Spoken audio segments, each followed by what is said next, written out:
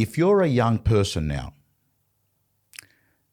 20 years of age, and you got no money, and So you just finished school or uni and you finish school, got finish uni. $1,000 in the bank. Yeah, got $1,000 in the bank. Actually, that's a good number because I reckon that's probably typical. It's about right, yeah. It will take you 20 years to save for a deposit that's going to allow you to comfortably buy a unit in Sydney. Obviously, a little bit less in Melbourne and Brisbane, right? But Sydney, a house, if you're age 20, it'll take you to the age of 60 to actually save for a deposit. This is based on you trying to live normally, right? Mark, back in the old days, that was the goal, to have your home paid off by then, not to be saving for a deposit. Well, you only borrowed money for 25 years in those days. Correct. So you nearly paid off in 20 years. So you probably would be paid off in 20 years. And I'm seeing it. I mean, it's uncomfortable for me to say it, but I'm seeing, you know who I'm seeing young people buy properties? If their parents are helping them, if they've been really lucky with some sort of business that's gone off. That's rare. OnlyFans, believe it or not. Yeah. OnlyFans, if they're making 50, 60, 70, 80 grand. I know a few people that I've sold property and the agent has said to me, mate, she's got an OnlyFans account and she's putting it into property. Is he going to, Tommy, you telling us something? You're going to do an OnlyFans page? I'm not on OnlyFans. I don't think I do really good on OnlyFans. But you never know. You never know. But what I am saying is, isn't it interesting where we are as a society now to achieve the dream that we've always been told, which is probably something else that we need to relook at. Is that the right narrative? Well, someone asked me the question, the Great Australian Dream, yesterday actually. And I said, well, sort of along the lines that you just described, the Great Australian Dream does exist still because everybody still dreams about owning their own property or having their own property with a mortgage or ultimately without a mortgage. But the only problem is that, it used to be at 23 years of age, the average Australian borrowed money at 23 years of age 15 years ago. Today, the average borrower to buy property is 32 years of age. So basically they're waiting another 10 years. And if you're starting today, so that's a current statistic, those people would have saved that deposit to buy that house at 32. They would have started back when they're 20. So today, if you start today and you're 20, I think your number's probably right. They're probably it'll be 40 years of age will be the average borrower. And that's when they'll buy their first property. And that's just assuming nothing ridiculous happens. In other words, the supply chain of housing just continues on the same trajectory that it's always done. It doesn't reduce. Correct. What I'm worried about at the moment is both the supply of people who need a property has skyrocketed, and this is what immigration is. And I'm not someone to talk against immigration. I'm the product of immigration in this country. But at the same time, I don't want anyone to suffer who currently lives here. And I actually don't want people who come here to suffer as well, because who'd want to be an immigrant turning up to Australia and not being able to rent a property? I mean, like, what the hell? So Mark, 500,000 people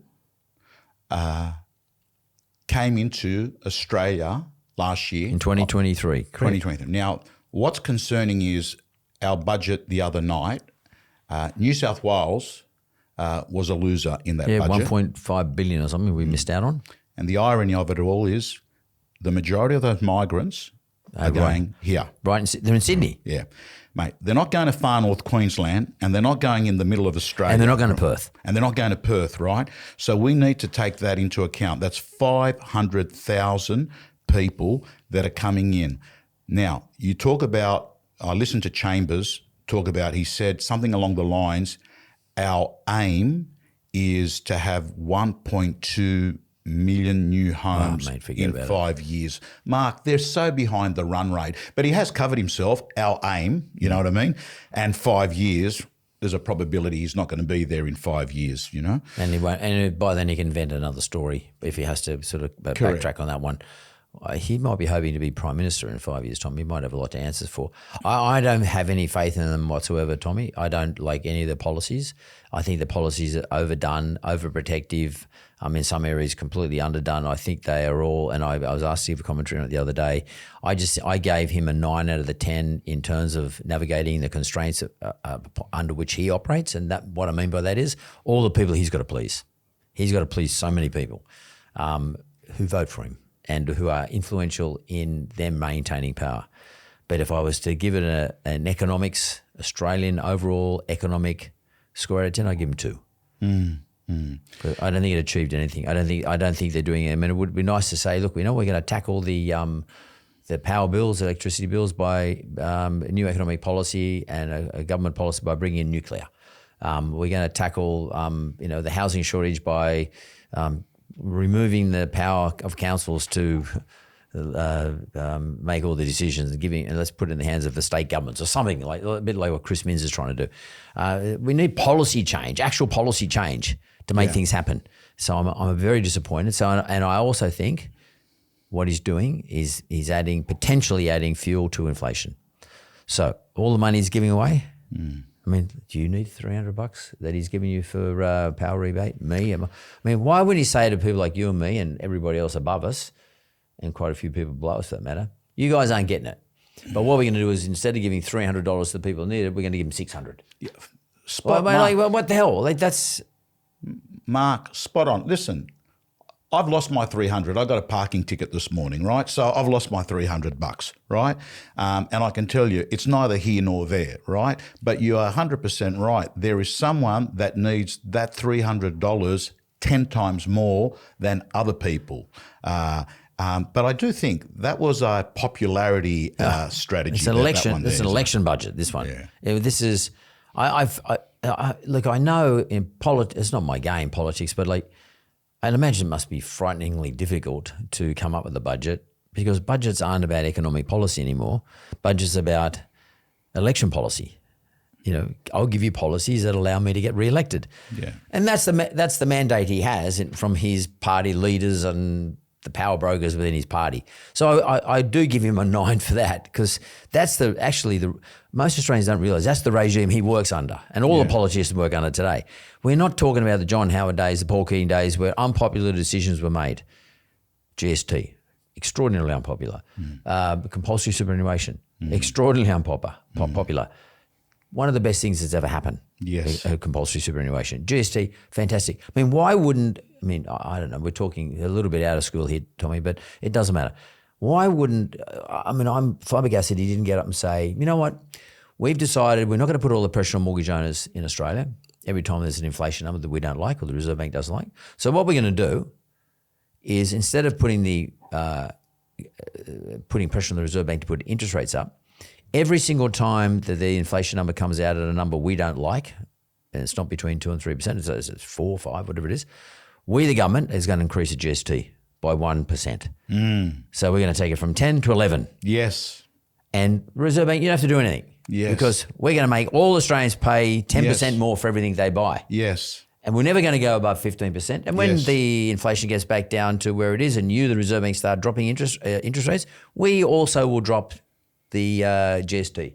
And when Australians behave themselves, we'll be back to 10% GST. Mark, you totally get it because the tool they're using at the moment is actually in many ways fueling inflation, fueling the problem. So it's basically trying to fix something but making it worse. If you go to the airport, Tommy, everybody looks like you and me. They're all over 50. Yeah. They're the only people travelling because they don't have a mortgage or they've got a very small mortgage. Their property's gone up 4 times since 2010. They've got money in the bank. They've got money in the super. They're going, oh, well, let's go on holiday. Yeah.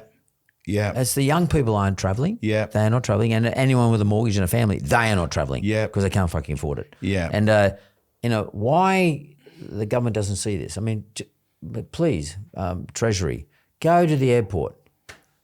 Every time you put these rates go up, you are rewarding these people.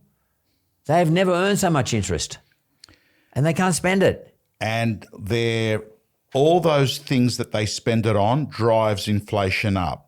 Instead of economy, they fly business. Instead of a 3-star hotel, they go to a 4-star, 5-star. They go to the restaurants. They go to the restaurants. They're not going to Uma's up the road. They're going to something that's $300-400. Yeah. Right? And they're looking after them. They spoil themselves. By the way, they deserve to spoil 100%. themselves. 100%. Because they've been, they're not like, super rich people. But to them, it's important they go to Byron Bay or they go to the Gold Coast and they stay in a luxury place. There's a pool. Someone makes a bed every morning. There's a beautiful big buffet breakfast. Yes. They say, this is a great spoil. We'll do this for a week, Yes. or 5 days. Then they go back to Sydney. But mate, that sort of accommodation, and we talk about it, and the Reserve Bank governor, she keeps talking about it. The Reserve Bank governor keeps saying it's the services part of the economy, or of the basket of goods and services. It's the services part of the economy that is causing us the problem. Accommodation, restaurant, airfares are three really big components of the services part of the economy. Three big rent is another big one. So if we're not building enough houses and we're bringing 500,000 people in here, how can you do one thing? That makes the demand for property higher and higher and higher. If your kids and my kids are trying to rent a property, they're going to have to pay a lot of dough because they're lining up. You've seen it. They line up with 20 people in front of them. Yes. So the vendor can ask whatever they want.